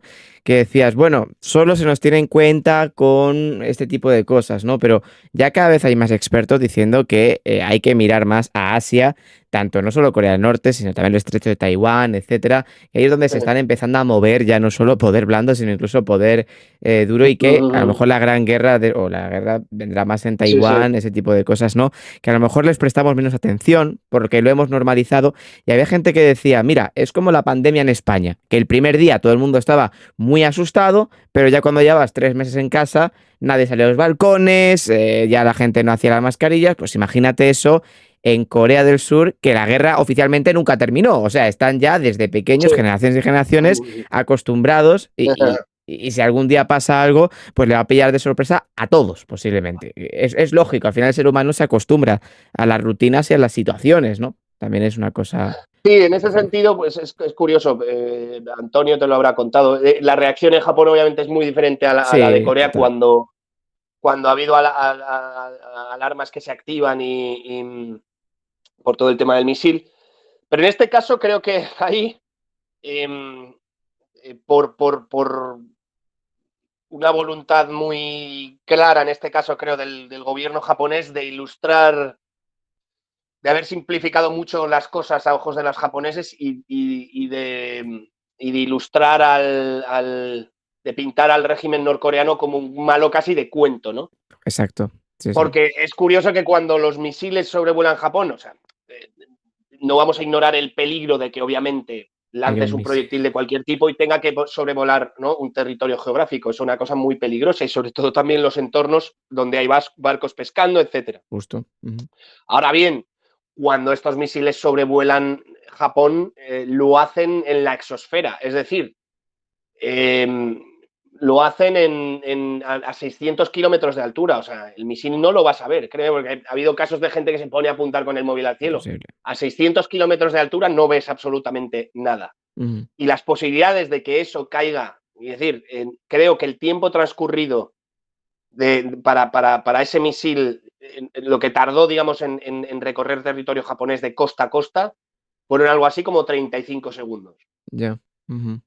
Bueno, obviamente tienes que activar esas alertas y tienes que tener a la población, ¿no?, preparada para este tipo de cosas. Ahora bien, claro, desde el desconocimiento la gente tiene mucho miedo porque, claro, piensa que va a haber un misil sobrevolando su cabeza, Claro. Sí, sí, cuando en sí. realidad este misil pretende estar en el espacio exterior, Justo. sobrevolándote, no lo ves. Lo Justo. mismo que tienes satélites todos los días y a todas horas sobrevolándote y no los ves. Justo. Y ¿Eh? mira, ya para terminar con esa parte de Corea del Norte, y vamos ya a la última parte de la charla, que además luego te toca BTS, que el especial este de BTS, que es verdad que, bueno, es muy interesante. Aquí también nos gusta mucho la historia, ¿no? Al final, esa historia de la península de Corea es muy interesante porque desde el comienzo hay gente que dice por el chat, al final ellos se ven entre iguales, ¿no? Es verdad que al final esa historia fue como muy dramática, muy traumática. Lo podemos ver en la frontera, ¿no? Aquellos que intentan de vez en cuando pasar del norte al sur y pasa lo que pasa. Pero te quería preguntar, para terminar con el capítulo de Corea del Norte, ¿has ido alguna vez a Corea del Norte? Sí, sí, he ido a Corea del Norte. ¿Y qué tal la experiencia? Solo he ido una vez, por desgracia, me habría gustado ir más, pero obviamente la pandemia ha sido un Ya, problema grave porque se han cerrado en banda y de momento veremos. Hay posibles visos ahora de que el país se abra, vamos a ver en qué condiciones, pero es bastante posible que se abran las fronteras a cierto nivel. Es verdad que el régimen es muy paranoico y pues ya han mencionado de repente la viruela del mono y cosas así. O sea, es ya, posible que las personas que puedan acceder tengan que testarse y ponerse en cuarentena y hacer de todo, pero es posible que dentro de poco podamos ver una apertura, ¿no?, de fronteras de Corea del Norte. Mi experiencia ahí, pues la verdad es que fue fantástica, sobre todo por una cuestión fundamental. Hay, digamos, dos visiones encontradas sobre lo que supone visitar Corea del Norte. Hay gente que te va a decir que estás contribuyendo, porque obviamente cuando visitas Corea del Norte tienes que pagar unos costes, por ejemplo, de Sí, tramitación de visados, sí, sí. tienes que pagar un dinero. Visitar Corea del Norte es caro, el coste de los hoteles, de los paquetes, porque obviamente tienes que contratar algo que ya está trazado, podemos llamarlo incluso para los periodistas un paquete turístico. En mi caso fue un poquito más abierto, tuvimos suerte y contratamos una serie de actividades que no eran del todo fijas y sobre todo salimos mucho de Pyongyang, cosa que no suele ser habitual. Ajá, Pero bueno, entonces hay gente que te dice que estás financiando el régimen con eso. ya. Y luego la otra postura es, obviamente, bueno, si no hay nadie para conocer a personas de Corea del Norte en persona, básicamente vas a acabar deshumanizando este país, ¿no? Total. Entonces Mm. creo que lo importante siempre de visitar un sitio así es que tienes la posibilidad de hablar y conocer a gente de países que tienen un aura muy mitológica, que encima tienen obviamente mala prensa, ¿no? Y donde la gente pues al final se acaba haciendo la imagen de que todos son robots, de que todos... entonces cuando llegas ahí obviamente te das cuenta de que como cualquier otro país del mundo, son seres humanos con sus preocupaciones y sus cosas del día a día, como puede ser en otro país, ¿no? Obviamente, circunstancias en las que viven son muy diferentes a otros países. Sí viven ellos en un estado de guerra. El estado de guerra para ellos sí es una cosa muy seria, Ujú. eso sí hay que decirlo, pero es obvio porque es un régimen que ve amenazada obviamente su existencia, ¿no? En todo momento. Entonces, sí, pero bueno, ya te digo, fue una experiencia, ante todo lo positivo es el hecho de ir ahí y conocer gente y hablar con gente. Eso es lo mejor de visitar Corea del Norte. Mira, fíjate, relacionado con eso, entiendo, o supongo que lo viste en aquel momento que se hizo muy viral en España un TikTok, ¿no? De una persona jugando al ping-pong con, no sé si lo viste, con una recepcionista en Corea del Norte. El famoso hotel este donde van todos los turistas, que es como muy... Bueno, suele haber dos, el Yang-ak-do, que es el que está en una isla, y el Koryo, que no es tan habitual. El primero, el que está siempre vacío. Además, El Yang-ak-do, pues hubo un TikTok que se hizo muy viral, que había un youtuber italiano que ahora se ha puesto de moda. Bueno, de vez en cuando van youtubers a Corea del Norte y hacen el típico video documental en Pyongyang, ¿no?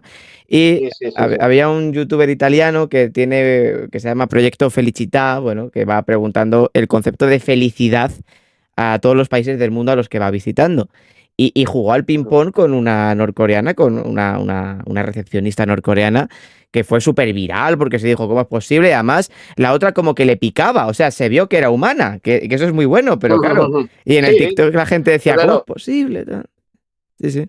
claro, pues eso es también, obviamente los medios tenemos responsabilidad ahí porque Ya, obviamente esa mucha. es la imagen que damos al final de Corea del Norte. En este caso, además, tenemos un problema sumado.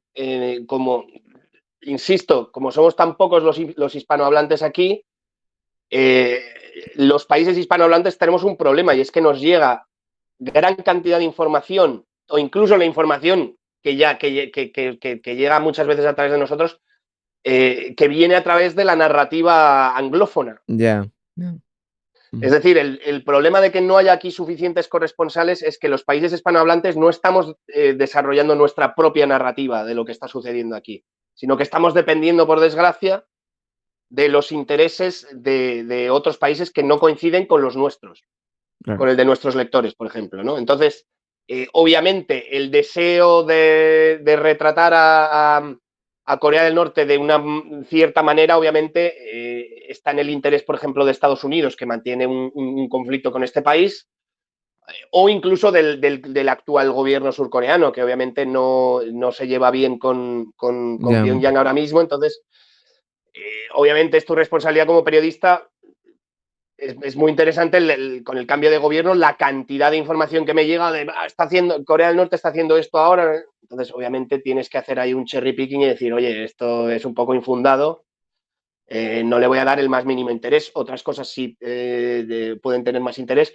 No olvidemos de que sí que está sobradamente documentado el hecho de que Corea del Norte es un régimen que vulnera sistemáticamente los derechos humanos. Eso no hay que olvidarlo.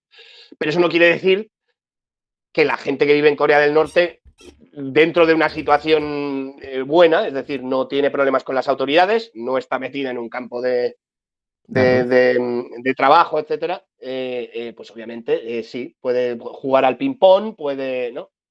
Es verdad que Corea del Norte es un país donde al extranjero se le mira con mucho recelo. Los coreanos son un pueblo que históricamente ha sido invadido, que históricamente ha estado entre grandes superpoderes, ¿no? Y obviamente es, en ese sentido, muy suyo. Vamos a dejarlo ahí, ¿no? Total. Entonces, obviamente, el tipo de interacción que puedas tener también en Corea del Norte muchas veces tiene sus límites, pero no tiene que ver tanto con que sea, no es una motivación tanto política como lo Claro. es casi etnológica. Claro, cultural, etnológica, efectivamente. Además, Ujú, recuerdo que en ese ujú. documental a una de las guías turísticas le preguntaba ¿qué es para ti la felicidad? Y decía, no, estar rodeado de mis seres queridos y de que alguien me quiera, rollo. Y dices, hostia, qué bonito, ¿sabes? Que es lo suyo, es lo que diría cualquiera, pero te sorprende y es verdad que Efectivamente. te sorprende por la Ujú. narrativa, ¿no? Que tenemos todos de, al final, oye, al final vivimos en un mundo mediatizado y politizado y la parte mediática está politizada siempre. Ya la última parte, Andrés, ¿tú cómo planteas tus escritos, tus piezas, cuando te pones delante del ordenador, cuando tienes que mandar informaciones a F para que ya las distribuya al resto de medios? ¿Cuáles son tus principios desde un punto de vista periodístico? Porque tienes una gran responsabilidad. Al final, en muchas ocasiones eres la voz o eres los ojos de los que no estamos allí para saber qué es lo que Ujú. sucede y mucha gente va a creer lo que tú digas, claro. Bueno, en primer lugar, no olvidar eso que precisamente estás diciendo, que esto es una responsabilidad y que no Mucho. lo puedes tampoco tomar a la ligera porque obviamente eres el primer contacto que los medios hispanohablantes van a tener con una información, ¿no? Pero desde el punto de vista al ser periodista de agencia, obviamente yo tengo que plantear mis textos, sobre todo con lo que sean noticias más de actualidad, que es básicamente lo que hacemos en agencia. En agencia hacemos menos temas de fondo que en otros medios, Total. obviamente porque somos una agencia de noticias. Nuestra misión es dar las noticias de actualidad y lo más rápido posible. Entonces, obviamente, los principios que rigen ahí son velocidad y rigor. Y obviamente ya claridad. Si puedes encima hacerlo lo más claro posible, una información para que se entienda y en el momento en el que alguien lea esa pieza, que a veces si es un urgente son 2 o 3 párrafos, Total. Ujú. entienda el peso que tiene esa información. Entonces, en muchos casos es velocidad, rigor, como digo, pero si puedes, y eso obviamente ayuda mucho cuando llevas tiempo cubriendo algo, la capacidad para dar automáticamente un contexto. Es decir, Ujú. ¿por qué es esto importante? Porque yo te puedo mandar, por ejemplo, un urgente diciendo que Corea del Norte dispara su primer misil balístico intercontinental de combustible sólido. A la mayor parte de la gente dirá, y eso, o sea, quiere decir, que lo del combustible sólido, ¿a qué viene? Es que se ha cambiado de 95 a 98 octanos, quiere decir, la gente no entiende de qué estamos hablando. Entonces, obviamente, tienes ahí que especificar que este tipo de combustible es mucho más eficiente que el combustible líquido que se usa, que Corea del Norte usa en el resto de sus proyectiles, porque obviamente le permite pues, cargarlo más rápido y hace que sea mucho más difícil destruir un misil cuando, o sea, básicamente lo despliegas muy rápido y lo disparas muy Ujú. rápido. Se convierte en un arma mucho más peligrosa. Entonces, tratar de dar siempre ese contexto en la medida de lo posible. Hay muchas veces que cuando están sucediendo las cosas, no tienes tanto tiempo a dar contexto, pero yo diría que es eso, es rigor, velocidad y si es posible, claridad y contexto. Justo, y además también, Andrés, que no todo es negativo, o sea, no todas las noticias son negativas. Por ejemplo, ibas a cubrir lo de BTS. ¿Realmente el K-pop es tan fenómeno? Ya sabemos que sí, pero ¿realmente es tanto como parece desde Occidente? Porque aquí se ve como una absoluta, o sea, que BTS es una institución, por ejemplo. Estamos hablando de... ¿Realmente están así? Es una institución, es una institución, pero también es verdad que es un grupo que ha pasado, ha cruzado ciertas líneas ya y se ha convertido en institución, ¿no? Ajá. No son tantos los grupos que tienen o los artistas que tienen esa categoría. También creo que hay que incidir en que en general el K-pop es una cosa que en Corea tiende a ser un producto más para adolescentes, Ajá. comparado con, a ver, es verdad que cuando uno va a España es el público obviamente adolescente, incluso niños, los que lo están consumiendo más, ¿no? Pero tal vez, no sé si es por mi experiencia propia pero sí que me da la sensación de que pasada cierta edad en Corea, el K-pop también es verdad, y lo dicen los números, es también un producto consumido principalmente por mujeres. Eh, pues pasada cierta edad, aquí las mujeres ya pasadas, pues a lo mejor cursada ya la universidad, por así decirlo, el K-pop pasa a un segundo plano. Se sigue escuchando, a ver, porque es verdad que aquí te subes en el autobús ¿no? Y están sonando, ¿no? Los éxitos pues, de BTS o de Blackpink o de New Ajá, Jeans o efectivamente. de Twice, ¿no? Pero ya no es una cosa ya no es un hobby, por así decirlo, ¿no? Que se persiga con tanto ahínco pasada una determinada edad. No sabría tampoco decirte por qué. Es posible que también el hecho de que bueno, la persona transita a lo mejor a una vida más profesional, a una vida más centrada en el trabajo, con luego todas esas expectativas que hay encima pues, de maternidad para las mujeres aquí, sigue siendo una sociedad muy patriarcal, que obviamente está cambiando y que en el futuro pues, cambiará aún más. Pero sí, esa sería un poco la realidad del K-pop. Yo luego es verdad que al ir a conciertos me encuentro gente de todas las edades, eso es verdad. Me he encontrado gente pasadas los 40 en conciertos de BTS, desde luego, pero no son los más. Ahí diría que, bueno, BTS estaría a lo mejor entre los 20 y la adolescencia, ¿no?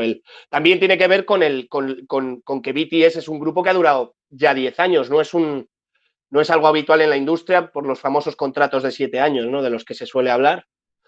Entonces, bueno, este sí es un grupo que ha arrastrado a la gente, que a lo mejor gente claro, que hace 10 años tenían 12 años y ahora tienen 22, ¿no? Claro, y luego En también el ese caso, éxito que ha sí. tenido en el resto del mundo, que eso ya evidentemente, que me hablabas de las franjas generacionales, es que en las radios de Uh España suenan de vez en cuando los temas, en Estados -huh. Unidos ni te cuento, o sea, que es lo que hablábamos antes, ese tema de que se puede llamar poder blando, aunque no sea con fines pero sí, de esa implantación cultural, ¿no? A nivel, sobre todo audiovisual y de música, es que está muy presente y tecnológico también, Andrés, al final. Allí está la mayor No, tecnología del mundo, ¿no? en el caso de BTS, las propias autoridades, es decir, el gobierno surcoreano ha visto una mina, ¿no? En todo esto. Es decir, Ajá. aquí ha habido muchas críticas por el hecho de que el gobierno ahora ¿no? se da golpes en el pecho diciendo cómo ha apoyado a la industria y demás. Ah, sí lo Pero hacen. claro, muchos sí, ahora mismo lo hacen Ah, y desde luego ahora mismo pues, el K-pop cuenta con el respaldo de las autoridades porque saben que es un ingrediente clave dentro de su poder blando, pero claro, mucha gente te criticará que a lo mejor hace 13, 14, 15 años el apoyo institucional no era el mismo, ¿no? ya, Ahora, desde luego, lo es. El gobierno se ha subido al carro porque es obvio que no hay mejores embajadores que BTS, ¿no? De hecho, es que son embajadores, BTS tienen un pasaporte diplomático, no es un pasaporte diplomático 100%, pero es una especie de pasaporte especial que les expidió el Ministerio de Asuntos Exteriores. justo. Pues mira, y Mm. antes ya de la última pregunta, eso creo que es muy positivo, porque al final estamos hablando de cultura. Es decir, que puedan tener un pasaporte diplomático, digamos, una representación de cara al exterior, es como cuando en España habla de sus deportistas, pues hombre, pues allí pueden hablar de un BTS, etcétera. Que oye, mejor hablar de grupos de música que de políticos, también te digo, ¿no? Que sea como una representación de cara al resto del mundo y que pueda Desde llegar a luego, sí, menos todo. corbatas. Menos Efectivamente, corbatas. menos corbatas y más bailes, ¿no? En este caso. Pero ya la última, Andrés, porque tú estudiaste en Madrid, Yo ¿has, estoy en Madrid, sí. has regresado alguna vez al Yo soy de colegio? Madrid. ¿Eres de Madrid? ¿Estudiaste? ¿Has regresado alguna vez?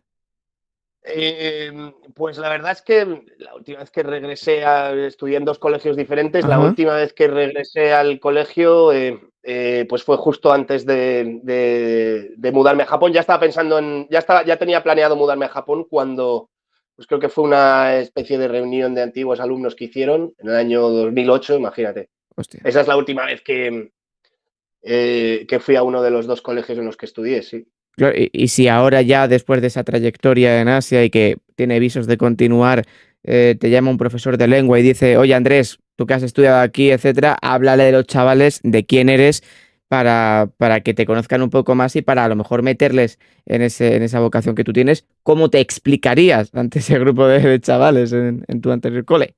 Lo primero lo haría encantado, porque creo que es, y aparte creo que es también un gesto para agradecer a tus profesores, ¿no? Lo que hacen por ti. Cuando estás en esa edad escolar, no, obviamente no te das cuenta, pero es una labor absolutamente admirable, ¿no? La de educar a una persona. Entonces, en primer lugar, lo haría encantado. Y bueno, ¿cómo enfocar una charla? Pues supongo que lo haría desde el punto de vista de quién está interesado. También depende de qué edad Ya, tengan los chavales y las chavalas, ¿no? En este caso. Pero pues lo puedes enfocar desde la perspectiva puramente de vivir en el extranjero, de vivir en Asia, de trabajar como periodista, ¿no? Creo que obviamente con la experiencia que tengo, pues supongo que habrá chicos jóvenes que tengan curiosidad y quieran preguntarme cosas. Entonces, obviamente, probablemente hablaría poco, haría una presentación muy breve y les diría, preguntadme lo que queráis. Creo que eso es lo que haría. mira, antes me hablabas de Ellie del Estal, que estuvo allí en Corea. Mira, su hermana está jugando a la Queens, que es Sara del Estal, es como una estrella en la Queens. Efectivamente, ¿Qué círculo? efectivamente. Sí, sí, sí. Eh, Efectivamente, sí, sí, sí. pues mira, Y él Andrés, está ahora en el Nápoles, sí, sí, sí, sí. Y su hermana ujú, está en la Queens. la Eh, Queens, efectivamente. mira, Andrés, bueno, ¿estás muy conectado con España? O sea, de lo que sucede aquí y demás, ¿estás al día de...? Sí, obviamente, a ver, quiero decir, a grandes rasgos sí, es obvio, es de formación profesional el simplemente despertarte por la mañana y ya Ya, leer los medios nacionales. Obviamente no estoy tan metido como lo estaba cuando vivía ahí, ya, porque quieras que no por la fuerza de la distancia y que también, claro, pues mi trabajo es estar aquí pendiente de la actualidad. claro. Entonces no lo estoy tanto de la española, obviamente, como lo estaba antes, pero sí, sí, desde luego todos los días leo los medios españoles. Pues mira, ya Sí, para sí. terminar, antes me la dejaste votando, te encantan las historias y te han encantado desde que eras muy, muy niño. ¿Qué título tendría tu historia? Pues es una muy buena pregunta. Ahora mismo, no te sabría decir qué título tendría mi historia. Em, uf, eh, Porque siempre pensamos en mm, historias de terceros, pero es que tu historia tiene, pero no pensamos en la nuestra propia. pero debería tener un Eh, título, ¿no? Con todo lo que has hecho hasta ahora. pues supongo que sería, no sé, caminando hacia donde nace el sol o algo así. Alguna cursilada de ese estilo, supongo, porque, ¿no? Quiero decir, habiéndome desplazado a Oriente, donde se supone que es desde donde sale el sol, ¿no? Pues la Ojo, ¿eh? concepción del mundo que hay en Occidente es que el Oriente empieza en la cuenca del Pacífico, ¿no? En la cuenca asiática del Pacífico. Entonces sería, ¿no? De ahí viene el nombre de Japón. Japón en japonés significa lugar donde nace el sol, el origen Ajá. del sol. Entonces, pues supongo que sería algo así como caminando hacia el sol naciente, algo así, no lo sé. Ya tienes nombre de memoria, ya cuando las escribas ya tienes... Sería bonito en verdad, ¿no? Que Andrés, te quiero agradecer este rito de charla, creo que hemos aprendido Gracias a mucho ti. de tu trabajo, sobre todo que en muchas ocasiones Gracias a ti. pues podemos leer tu nombre. Es verdad que, bueno, muchas veces aparece la firma, es verdad que eso ya depende, ¿no? Del medio X y demás, En pero agencias, bueno, es más raro. sí, Es verdad que es un algunos trabajo medios muy sí, ¿eh? invisible, pero Sí, algunos en medios sí, algunos medios lo dejan, sí, pero pero sí. es Pero importante, no es yo lo creo. habitual. Eso, yo creo que con una Ujú. conversación es importante conocer tanto a ti como la cultura que estás viviendo, porque también nos ayuda a palpar un poco, ya no solo el lugar en el que estás, sino cómo te desenvuelves tú allí. ¿Me entiendes? O sea, es muy Ujú. importante para conocer a la persona. Y nada, te deseo que tengas un buen día, que tú lo arrancas y que ha sido un placer, de verdad, Eh, charlar contigo, ¿eh? Buena noche para ti, José Miguel.